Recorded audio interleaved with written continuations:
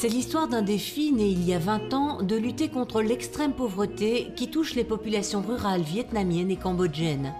C'est l'histoire 20 ans plus tard d'une ONG qui permet à plus de 170 000 personnes de vivre décemment et de prendre leur destin entre leurs mains.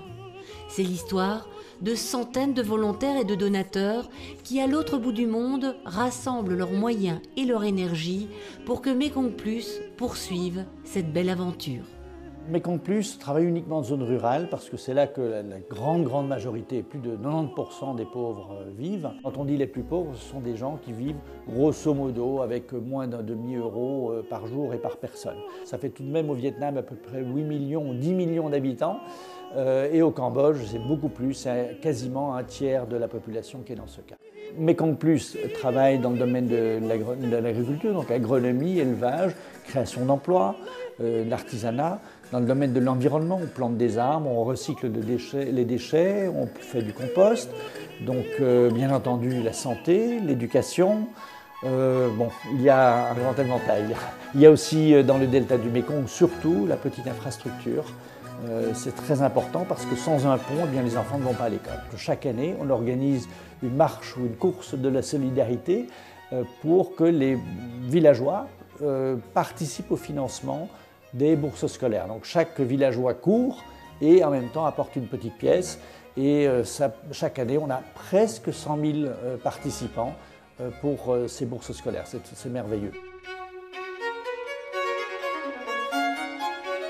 Depuis maintenant 2-3 ans, on a axé quand même une grosse partie de notre stratégie de récolte de fonds sur base de challenge cycliste, de challenge sportif, je crois, qui correspond un peu aux valeurs de notre ONG.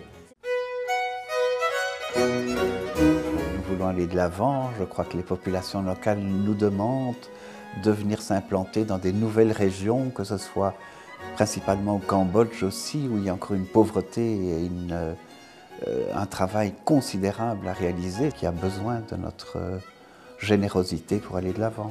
Quand on veut dire durable, il faut vraiment que ça coûte pas cher. Pourquoi? Parce qu'une grande partie des actions sont en fait financées par les populations elles-mêmes.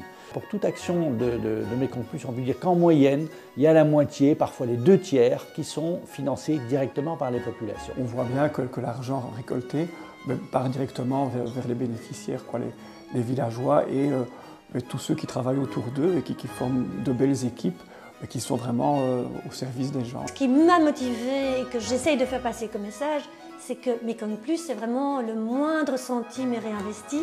Aujourd'hui, on a atteint une ampleur vraiment assez fabuleuse, avec des Vietnamiens qui sont tout à fait opérationnels et qui mènent leur travail, je dirais, quasiment sans aide technique extérieure.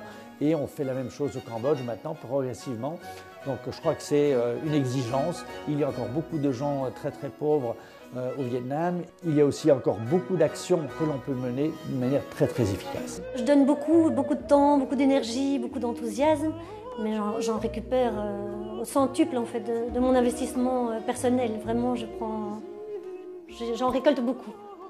Je crois que parmi toutes les ONG qu'on a vues, que j'ai vues, je crois que c'est une ONG qui fonctionne avec les frais les plus bas.